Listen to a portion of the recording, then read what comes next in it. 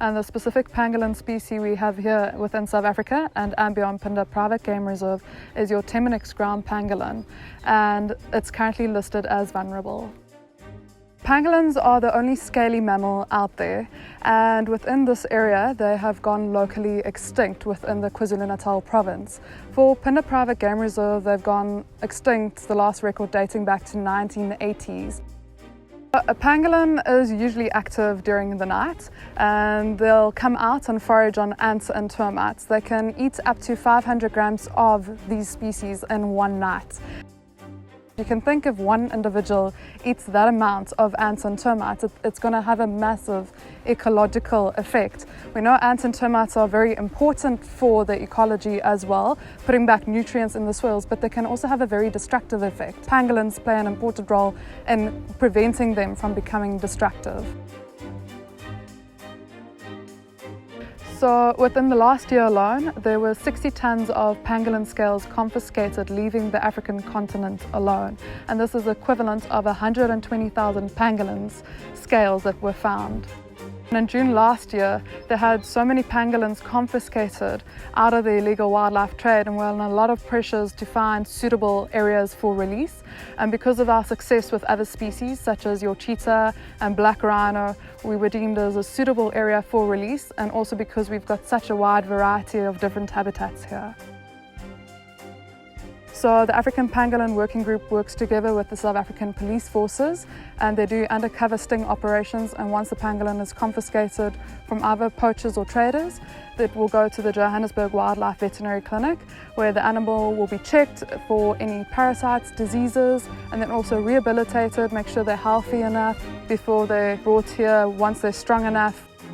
Last year in June we got our first individuals, and we of course followed the soft release protocols.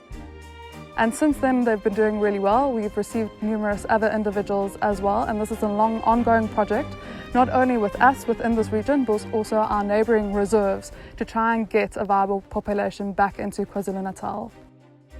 Every single pangolin has two different tags attached to them. The one is your VHF tag, that will be the one with the antenna on it, and then also the satellite tag.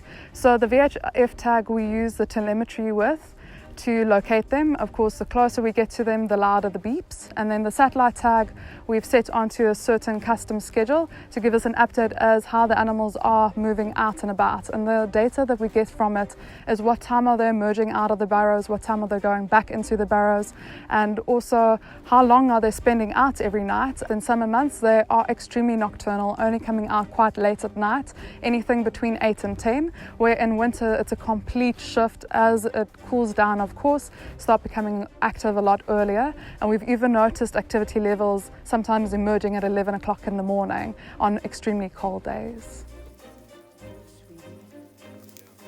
Pangolins, they will roll into a ball when they feel very threatened. They are trying to protect their belly. You will see that the belly is very soft, leathery skin, where everything else is covered in scales. So they'll roll their head in first and then their tail over to protect that very vulnerable area. Not even a hyena with a very strong bite force can bite through those hard keratin scales. In Africa, pangolins are threatened because they're consumed as a bushmeat, but also because they are used as part of the illegal wildlife trade.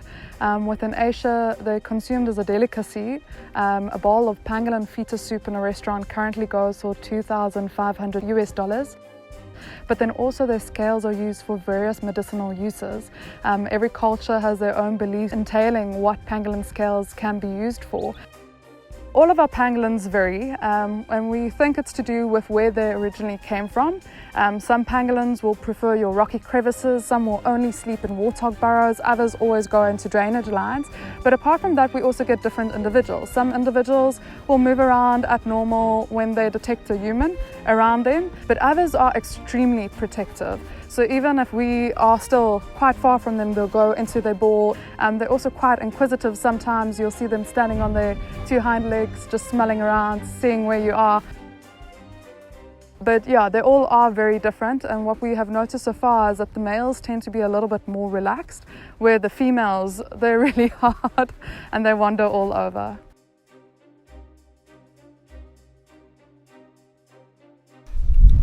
Yeah, so what Charlie's busy doing at the moment is taking out the old the old nut and bolt that was holding the old tag in place, that had fallen off, which is why tonight's been so interesting trying to find this big male, because we were just relying on the satellite tag, which only clocks in every couple of minutes. So it was running from point A to point B, but we've got him now, and Charlie's busy putting on a new VHF tag, telemetry tag, which will make monitoring him and following him a lot easier.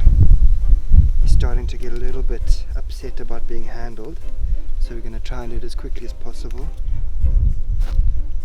So for us, this information plays a vital role in knowing whether the reintroduction project was successful, and then we also try and gain and estimate how large are their territories, their home ranges, how many animals can we have here on Phinda, also to provide the best protocols for future reintroductions going forward for elsewhere. And then apart from that, we're also trying to develop best techniques for monitoring pangolins, and we're working with African wildlife tracking and to develop these little tags, what tags do not break off of pangolins, because they are burrowing animals. They're extremely hard on the tags, they don't walk on any game paths like any other animal. They'll literally pick the thickest vegetation to walk through. Sometimes the antenna of the tags just snap off.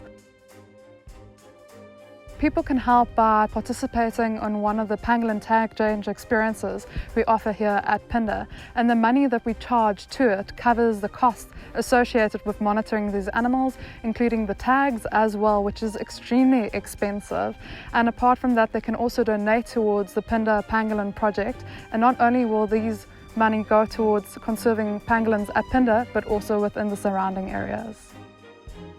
Pangolins are unlike any other animal out there. I mean, they're the only scaly mammal, and they're just extremely bizarre looking, completely prehistoric.